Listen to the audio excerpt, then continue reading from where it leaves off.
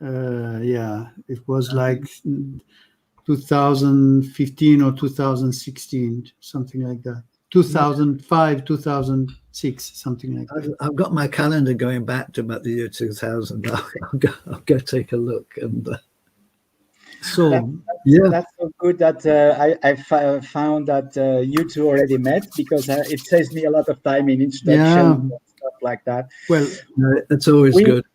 Yeah, we are now live on LinkedIn. I'm not sure how many people are going to watch at this time of the day. yeah. We're also live on the IAF YouTube, and I hope that also we could do IAF Facebook too. Yes, exactly. And also live on the Facebook of IAF. That's the beauty of live stream. It's interesting because we can have this conversation here, and our viewers could be on either LinkedIn, Facebook, or YouTube. It's StreamYard technology. I like it a lot. And welcome, everybody. It's magic. It really is. It's amazing. Welcome, everybody. So thank you so much for spending the time to watching us here on LinkedIn or Facebook or YouTube. It's a pleasure for me to be here today with two good friends, very good friends. David Gurteen is someone I admire a lot. He's the inventor of a powerful conversation technology called the Knowledge Cafe. And I was privileged to have worked with him. It was like 2018, David, when no one was thinking about COVID. And we did an incredible hybrid session in London, the Royal Society of Arts.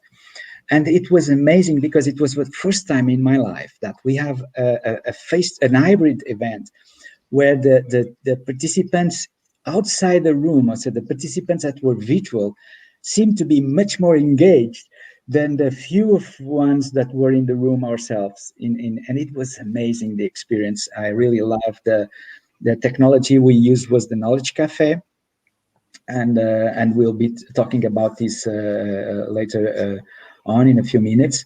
And also with me today, I have Paolo Martinez from Futur. Paolo Martinez is, like me, a facilitator that works with Future Foresight Facilitation. We are both members of the special interest group on Future Foresight Facilitation in the IAF. We have so much in common, Paolo, that I would spend hours here talking about what we have in common as facilitators in our practice, and also a little bit in our lives, because we are also members of large families. And Paolo Martinez is the leader of the chapter, the IAF chapter in Italy, which is one of the countries where facilitation is growing so exponentially. So it's so interesting that we have a conversation here about Facilitation Week, the Epilogue, by someone like David Gurteen, who was, I'm sure, no idea what FacWeek was all about in the end. That's the reason why he's here. Thank you, David.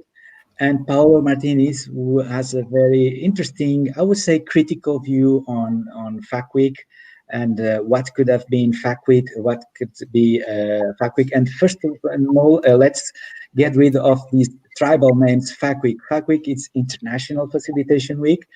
And for the ones who are seeing us, let me just share a screen on what was the major website of this International Facilitation Week here. So you can see it's like a collection of virtual events, most of them, if not all of them, virtual events. And we have, I would say, an excess of 280 events altogether. Now, these are the featured events. You can see conversations with Adam Kane, an event that I facilitated with MPI and the IF, bringing together these two collectives, meeting professional internationals and the International Association of Facilitator, with my dear friend Miguel Neves. We had events from Liberating Structure with Kate McCandless. We had an interesting conversation also with Judy Rees from Clean Language for Facilitators, among other events. Also an interesting event from, where is your event here, Paolo? From Italy, Participatory Day, here it is, from the region, Emilia-Romagna region. It was an interesting event, totally directed by the users of facilitation, the Emilia-Romagna region, which, by the way, they were also awarded by an International Facilitation Impact Award.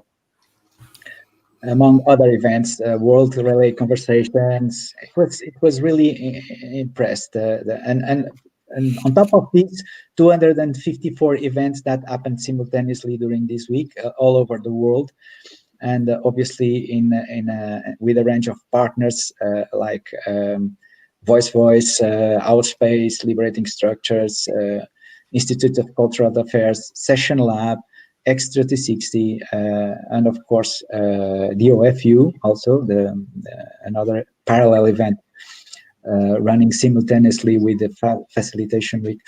So this is to give you a context of what was the Facilitation Week, and now the epilogue. So what can happen after this? What can happen after so many people are talking about facilitation, so many interesting conversations on facilitation? And let's start perhaps with David on the role of the facilitator. Is this really necessary to have a facilitator in order to have a conversation that matters, David? I would like to think not. It's an interesting question, and I'm kind of aware that people listening in are probably facilitators, so I should maybe choose my words carefully if I want to be critical in any way.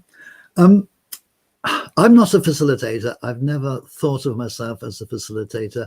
I occasionally call myself a facilitator because to call myself anything else, people don't understand what I'm talking about. So I sometimes use it as a label, even if I don't believe that I am a facilitator. You see, I started, as you know, Paolo, running these knowledge cafes 18 years ago. And the cafes aren't so much about facilitation. I'm not trying to control the conversation. There's no predetermined outcome. Really looking for, I often say in the cafe, the good conversation is where the conversation goes, where the conversation wants to go. Now, this isn't always true. I mean, the different types of cafes, usually with most of my cafes, especially my public cafes, they're about exploring an issue. So they're divergent. We're not looking for any particular outcome. And another thing I often say about the cafes is, because people say, well, you know, what's the outcome? I'll say it's what people take away in their heads, and everyone will take away something different. So I'm not looking to kind of shape or control the conversation in a way that I feel traditional facilitators do. So I call myself a host. I'm a little bit more like a dinner host, if you like. I'm inviting people along to come along and maybe rather than enjoy some delicious food and wine, it's there to enjoy some delicious conversation, if you will. And the funny thing is about it is a lot of the time what I'm trying to do, I'm just trying to set the container, trying to set the rules, if you like, for the cafe, and to keep them as simple and as uncontrolling as possible. And for me to step into the background, to step out of it. And often when I do that, I actually feel incredibly guilty. I feel as if I'm not contributing to the conversation. So, I mean, just to give you an example, one of the things I try not to do in a cafe is if someone's dominating the conversation, I try not to shut them up. I try not to control them. And I'll give things as long as I can before I step in. And if I do step in, I will step in very gently. But what I'm looking for is maybe other people to step in for me. And it's not that I'm chickening out, if you like, of my responsibility. I don't want them to see me as somebody controlling the conversation, because then once they see me do that once, the quieter people in the conversation, there's a little bit of fear that maybe I will step in and try to control them. So I'm just trying to hold that space where people can have a free and friendly conversation, and the conversation can go where the conversation wants to go. And increasingly what I'm thinking about, and I've been doing this a few times, this is one of the things I do in my Zoom cafes, my online cafes. At the end of that cafe, we all come together as a group. So there could be, there's usually only about 20. And I'm trying to host a conversation with about 20 people, on the screen with all the little icons. And you probably know yourself, that's not particularly easy to do, because some people, they can't naturally break in. They don't quite have the skills to break into the conversation. So they're sitting there trying to get in. Maybe they wave their hand, or maybe they try to come in, and somehow they don't get to come in. Now, if I'm there acting as facilitator or controller, I've got to try to keep an eye on everybody. I've got to look for their waving. I've got to look for their body language. I've got to look for the little hand going up. I can't do that. I mean, it's impossible. And maybe someone's saying something in the chat stream. I can't do that. So when I tell people, I'm saying, look, I want all of you, every single one of you, to take responsibility for the conversation. Some ways I'm asking everybody to say, quote unquote, facilitate the conversation. So if you see somebody trying to get into the conversation and I've missed them, either point it out to me, but better still, just invite them in. I think Paolo wants to say something. Could we let Paolo in? Yeah, go on. No, absolutely, because if it's a powerful ingredient, the fact that you give to the participant the full responsibility on the outcome of the conversation, that's a powerful instruction, I would say, and it's probably the reason of your knowledge cafes being so successful, because they keep attracting more and more people. People leave these cafes feeling that they have been participating in a valuable session. And I was myself in this hybrid conversation we have in 2018, digital collab.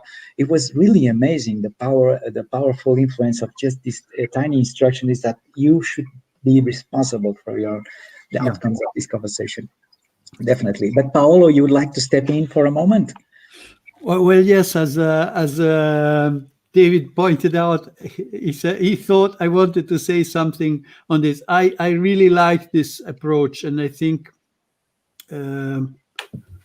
facilitators changed the scenery from the idea of the trainers, who are giving the knowledge and speaking about something as knowledge experts, in the sense that facilitators have started to work on managing the process.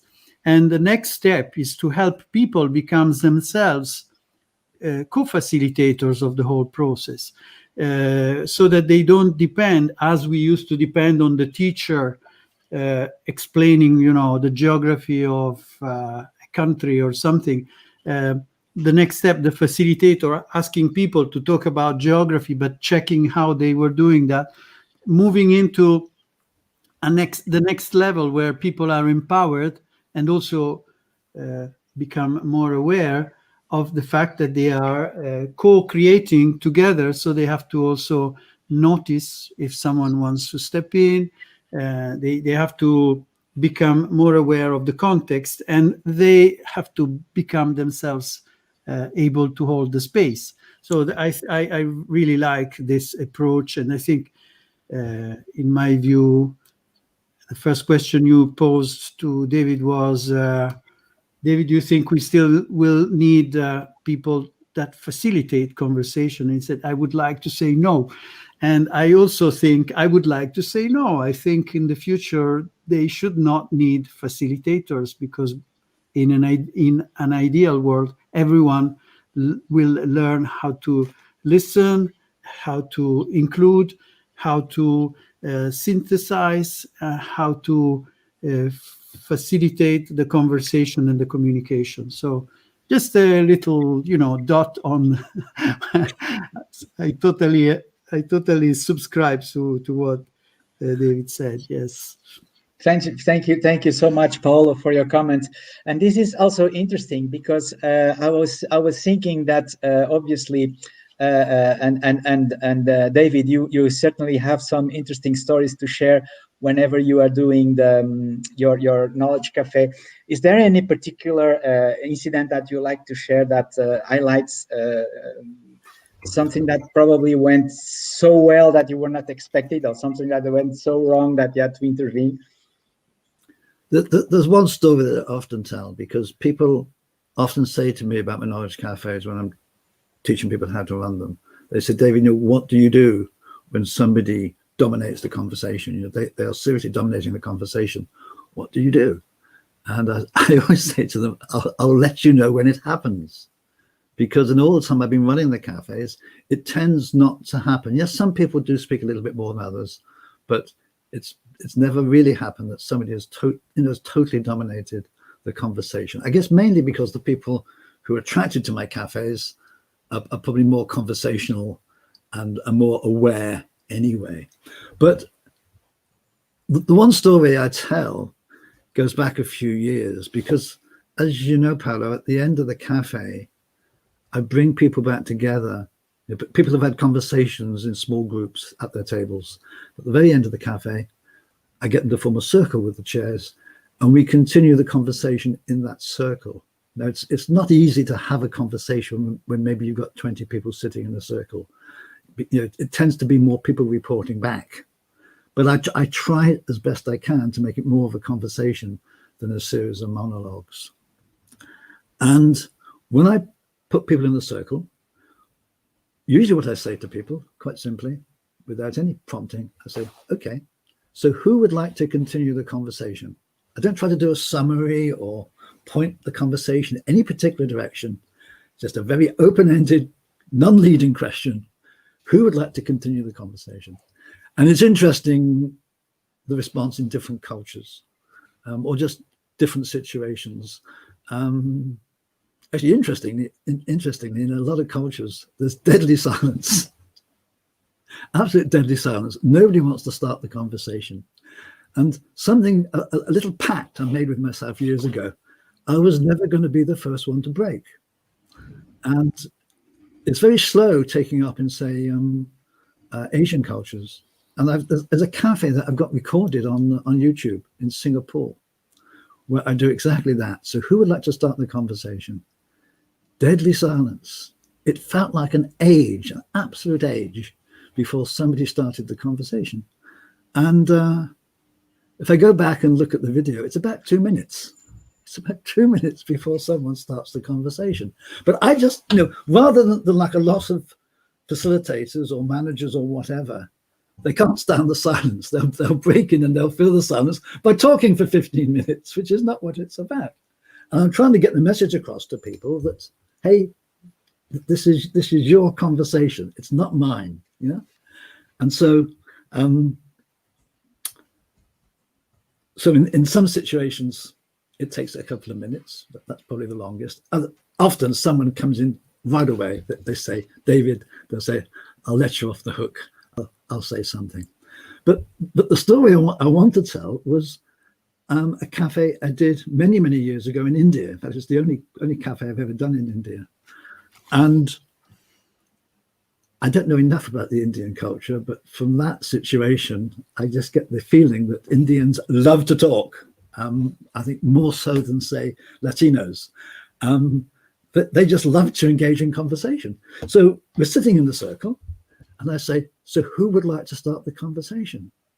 And almost quite literally, everyone started talking at once, which had never happened in the past, yeah. And I sort of, kind of go back in my chair a bit, because this was a new experience. Then at some point, somebody is dominating the conversation somewhat. It slows down. One person's talking, they're dominating the conversation, and somebody else is trying to get in. And the dominating person is not letting him in. And I'm thinking, okay, maybe I'm going to have to facilitate here, something I don't normally do. And so I'm about to interrupt in some gentle way.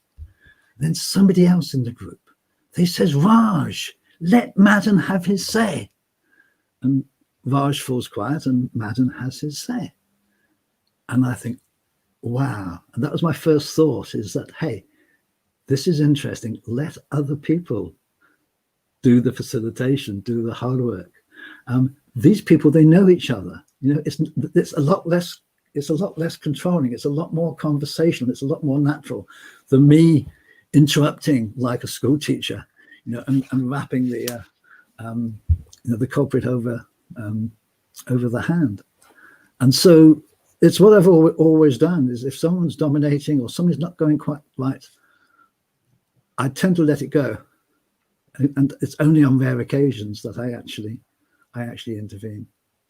And I said that was probably a good, more than 10 years ago, 10, 15 years ago, that incident. Yeah. And that set the scene for the cafe afterwards.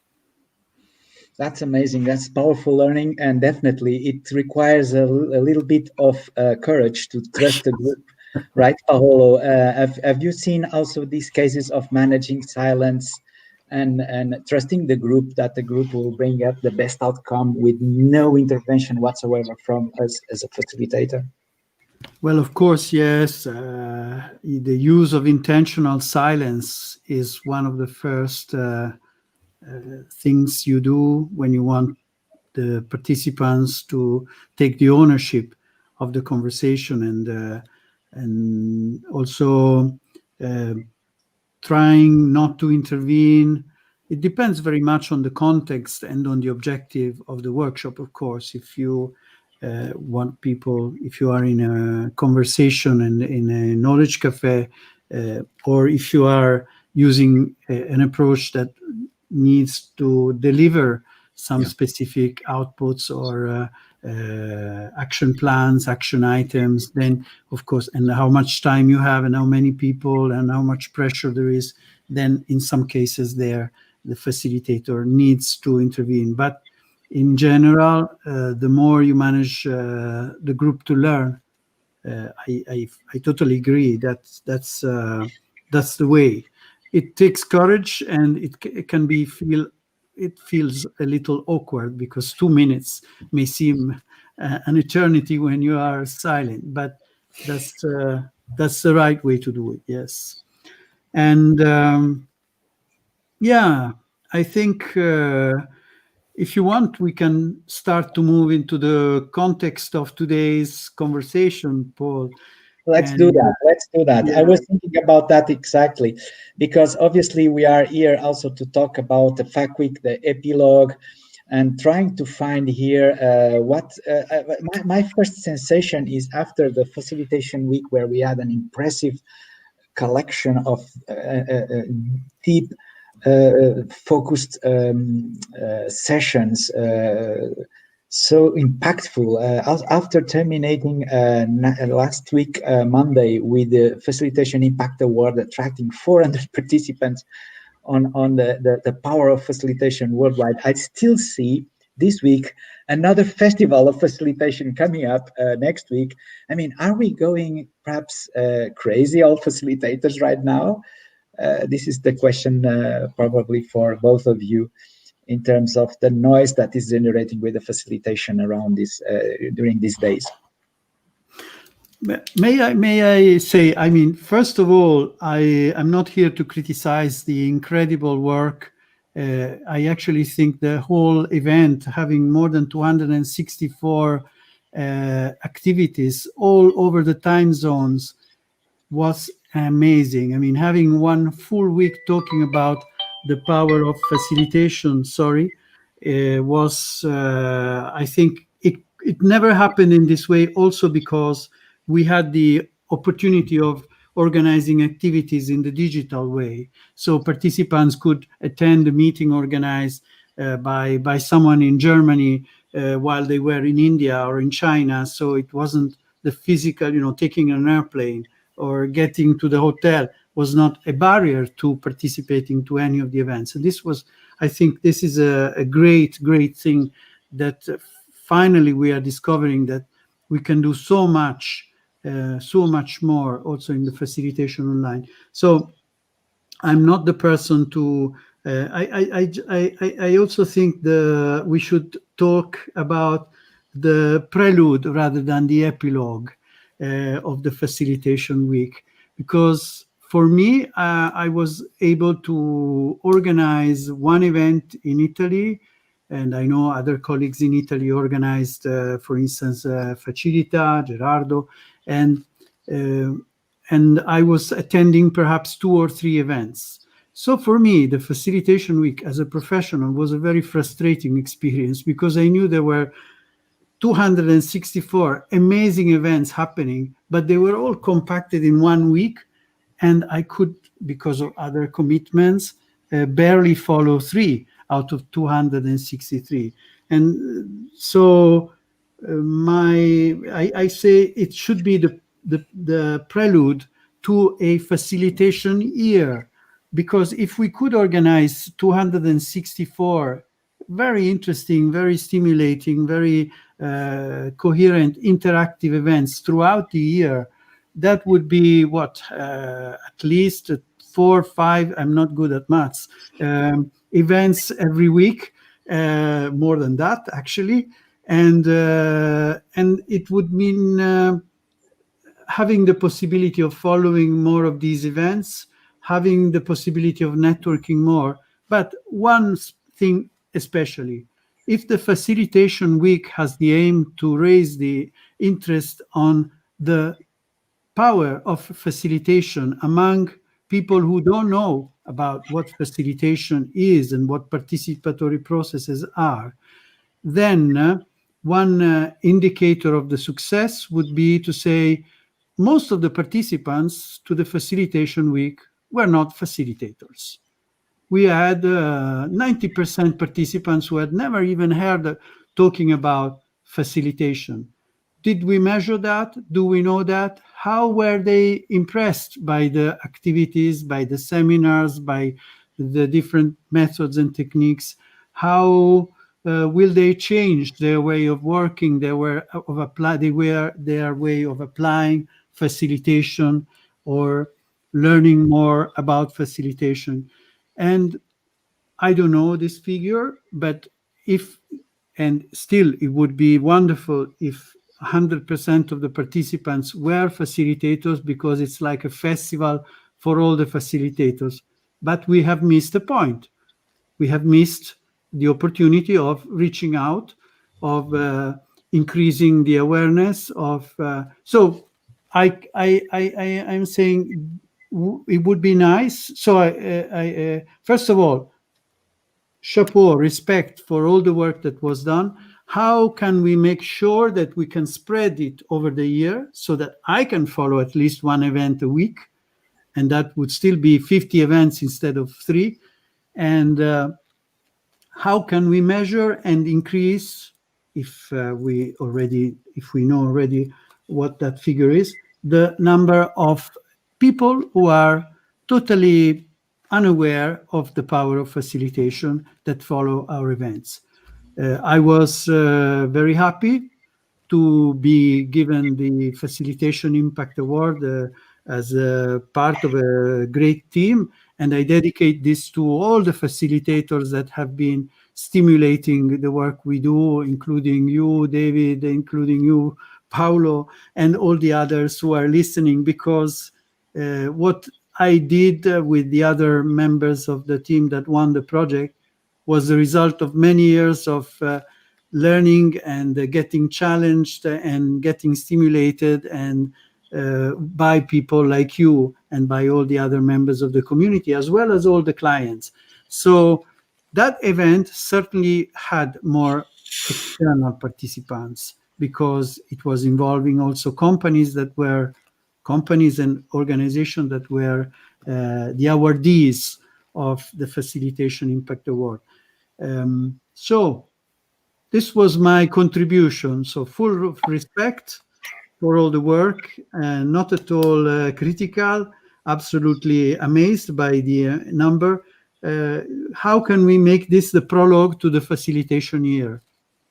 And copy the best events, replicate them, so that we don't have to reinvent the wheel every time redesigning some interesting formats. Definitely. It's interesting because it comes to my mind, David, that an alternative to the facilitation week with like 250 events concentrated in 1 week could be taking advantage of the impacts, because obviously I think we all understand that concentrating this number of events in 1 week is to raise awareness of facilitation by having a global number.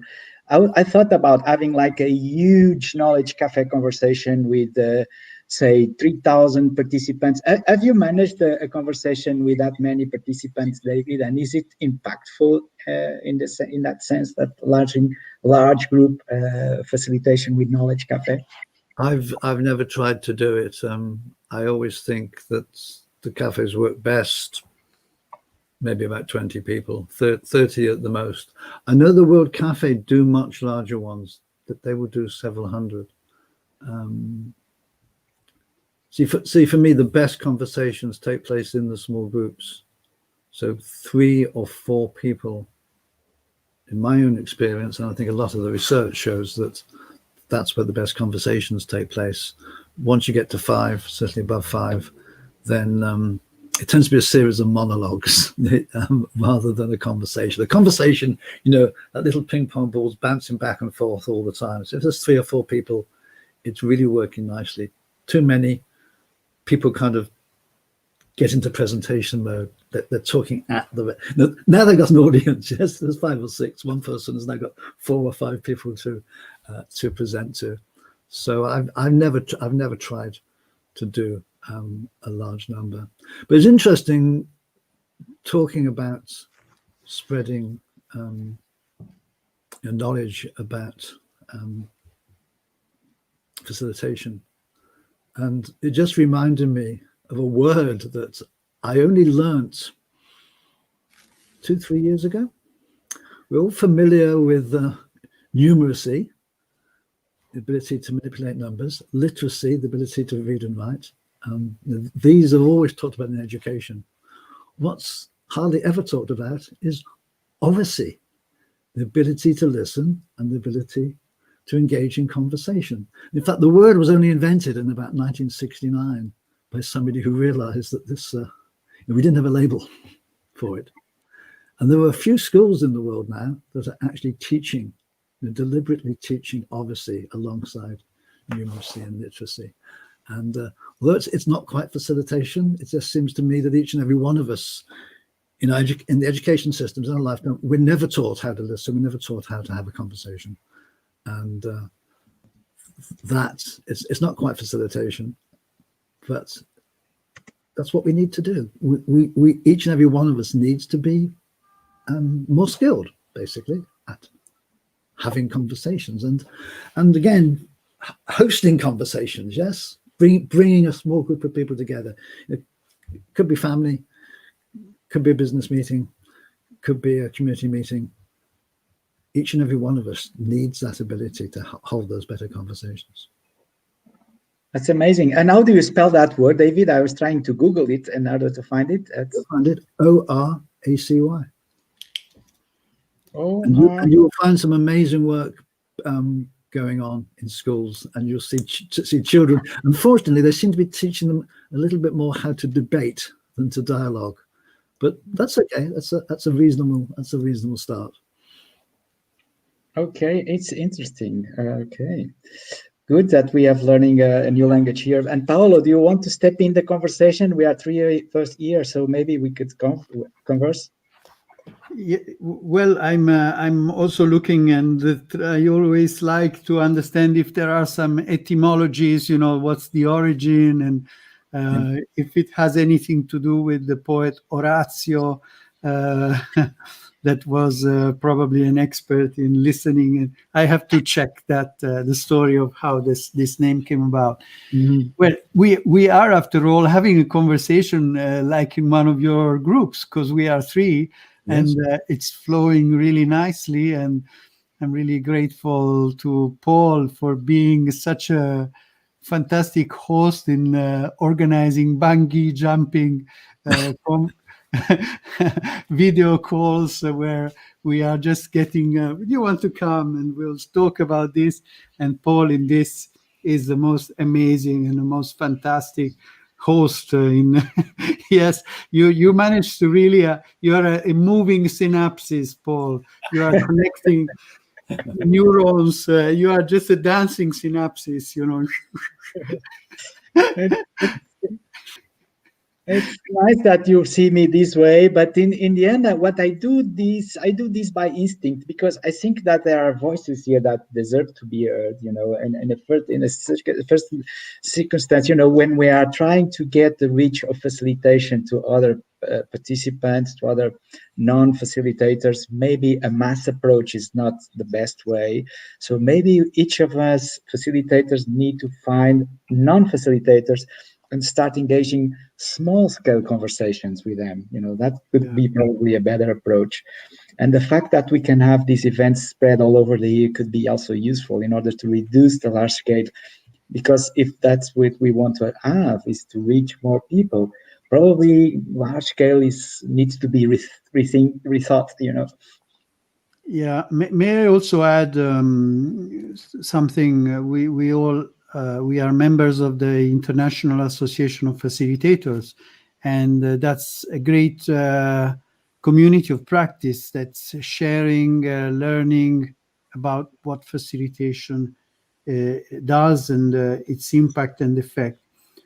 And I think another great advantage of spreading these events over the year, if they could be recorded and tagged according to conversations that were held, like today we talked about the knowledge cafe, we talked about how to hold groups, you know, having some tags so that they could become part of a three-dimensional MOOC, massive open online learning platform where you can follow certain threads and conversation by reading, so that by reading or by understanding or following some videos. Because I think the nice thing about all these seminars that were run during the Facilitation Week, the festival that was organized by the European and Europe and Middle East, and also the other one by the Balkan chapter, is that all of them had a lot of interesting content, and they were also recorded, so people can trace back to them, listen, go deeper if they want. And when you want to build a community of practitioners are looking for new things that they want to learn, new ways that they can. And we are like cooks, you know. Okay, how do you fry the onion? Yes, I was putting a little bit of white wine, and but I also put some lavender to give a special smell to that dish or whatever, you know. So in this way, also people who are just approaching facilitation can maybe read or learn more easily about, because the video is such a powerful tool. And I don't know how many people are listening to our live streaming at the moment. Maybe we are just alone in Mars and no one else is following. But perhaps as it's going to be recorded, it could be interesting for someone in the future. So we are sending a message in a bottle. I have the bottle here as well. So we have normally between 50 and 100 viewers, because we split on different channels, right? But obviously it depends on us. When the stream is over, more and more people watch us. So that's the power of the conversation, is this an engaging conversation. But what I'm finding out, to taking advantage of what was said by David, you know, small is beautiful. Now, so a conversation with more than 5 persons loses the impact. So the effect of scale in a knowledge cafe is really to split the group in smaller, 4 tables max, so that the conversation can flow at a large scale. So in that sense, we can have a number of participants simultaneously having these in-depth conversations, right, David? Yeah. What will be the value that people get from these conversations in the end? Because are we actually solving problems without actually knowing what we are doing? Is this the fact of being non-intentional actually becomes a powerful, decisive way to solve problems in groups? Well, let's say a little bit about the cafe, because there's people often misunderstand it because they think that there are no outcomes from a cafe. The cafe is not about making decisions. It's not about coming to any predetermined outcomes or plans or whatever. And if that's what you're looking for, then you probably need a different process, or maybe the cafe could be part of that process. The cafe in that sense is divergent. So for me, the cafe is about a lot of things. It's about building relationships with other people. It's about learning. It's about realizing that other people don't hold the same views as you, that they don't have the same perspectives. When you bring a diverse group of people together.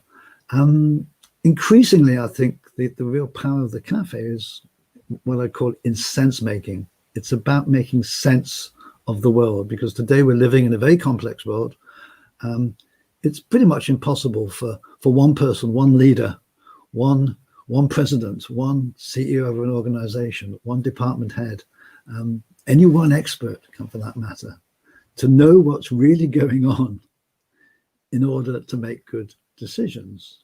So to me, the big part of the cafe is about bringing if you're deliberately using it this way, is to bring a cognitively diverse group of people together, who have got different opinions, have got different views, got different road experiences, to have an open-ended, creative, generative conversation, whatever you care to call it, to make sense of the world, to understand what's going on, because that's always got to be the prerequisite to making a good decision. If you haven't made good sense of the world, how can you make good decisions? And it takes more than one person to do that. It probably always has, but today, more than ever in a complex world, you need to bring those people together. So, if you're looking for like the killer app for the Knowledge Cafe, for me, it's sense making. On the other hand, it could just be a social evening. I think a lot of people who used to come to my London Knowledge Cafes year after year, some of them have been coming for 18 years. They come along because they're going to meet old friends. They're going to come along almost regardless of the topic, because they know there's going to be some really interesting conversations, some really interesting insights, and that's what they take away. But if you want to make decisions, if you want to make plans, then the cafe isn't the tool. Absolutely. It's so interesting that you're pointing at that, because I was thinking, Paolo, when we were thinking about the possible future for site facilitation, and we immediately thought about the Knowledge Cafe as a first step into the 2-3 days process, a large half-day Knowledge Cafe where people can actually have meaningful conversation and melt among themselves and find the shared vision on the process that they need to follow in the upcoming days. Maybe that's the powerful value of a Knowledge Cafe, right? Yeah, I would also I also think it's as one of the critical aspects is that any word you take has a totally different meaning between me, you, and David. So starting, beauty. Okay, that's a complex one. Innovation, efficiency, effectiveness, all these words. Before you want to start to get into decision, you have to make the sense-making process clear so that people understand that they are meaning different things for the same word, and then understand that the same word can have different meanings too, and that they can agree on what meaning the word can have in the context. So the idea of the Knowledge Cafe is exactly that, for people to understand that they may have some stereotype view of a certain meaning or something else, and then make that clear, and move forward together on the new emerging meaning that they have found. You know, I'd totally agree with that, Paolo. I think so many arguments that we get into, if you just scratch the surface, you discover that people are using language differently. They're using the words differently, and if you can clear that up right at the beginning, you maybe realize that you're all pretty much agreed on whatever the issue is, or if you're not, you can then get on to discuss the stuff that is important rather than arguing about the meaning of a word. Yes, That's absolutely true. Let me just share the screen here with the resources of the Knowledge Cafe, because for our viewers who want to try it out, it's something that they have a wealth of resources in the internet available, but particularly the ones that are curated by David. The Knowledge Cafe concept, as you can see here, is you have all the instructions that you probably need to do in order to follow a World Cafe. There are master classes that you can attend also in order to become more proficient in hosting knowledge cafes. And so this is the resource that you can find. It's knowledge.cafe, and you'll find here a wealth of information for your own benefit. Okay, gentlemen, we are approaching the top of the hour, so it's been so entertaining to be here with all of you, but we have 4 minutes for 50 minutes time slot. That was what we agreed for this session. Any last comments, any last ideas, takeaways from what we have discussed so far? Anything else you'd like to share with our audience that is patiently watching us? We have now 7 comments so far, likes and hearts. Thank you so much, dear viewers, for your following us. I'll just share one of my favorite quotations. Actually, I'm just trying to remember who it's from. I've forgotten the person who said it. Anyway, what he said was, conversation is king. Content is just something to talk about. I love that one. I love that one, David. Thank you so much. Paolo? Well, again, congratulations to all the organizers of the Facilitation Week. And I like one of the principles of agility, one of the manifesto of agility. It says simplicity. It's about simplicity. The art of maximizing the quantity of work that is not done is essential. So if we want to have as much impact as possible as facilitators on our society, not just because we want people to understand the value of facilitation, but what facilitation can do. We have to also learn among ourselves how to make this simple and how to repeat processes and effective tools and mechanisms, so that my suggestion is this was not the epilogue. This is the beginning of the next facilitation year.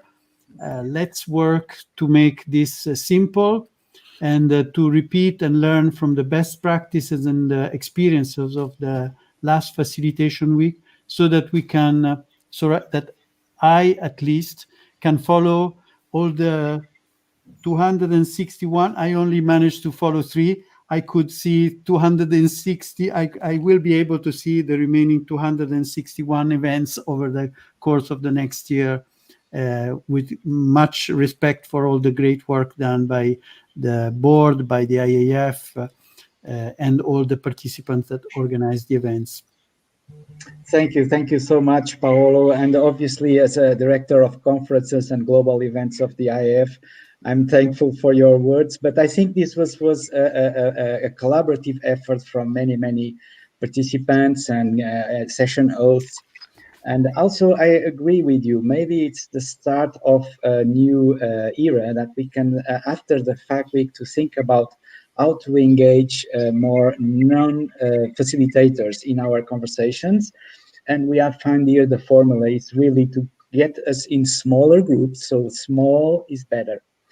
And the less we can do is also the better, right? So we have understanding here, less is more, as an important formula also for facilitation. And I totally subscribe to what you just said, Paolo, and also I believe David also agrees with that. In an ideal world, there's no need for facilitators, because the groups themselves facilitate themselves. We have these participants that can correct themselves, and if we believe in the power of facilitation, then we also have to believe in the power of self-facilitation. Yep. Thank you so much, dear friends, for your presence here, and let's keep these conversations throughout the year, and let's make FacWeek a living entity from now on. That's my Back here. facilitation year. Facilitation year. Thank you so much. Paolo.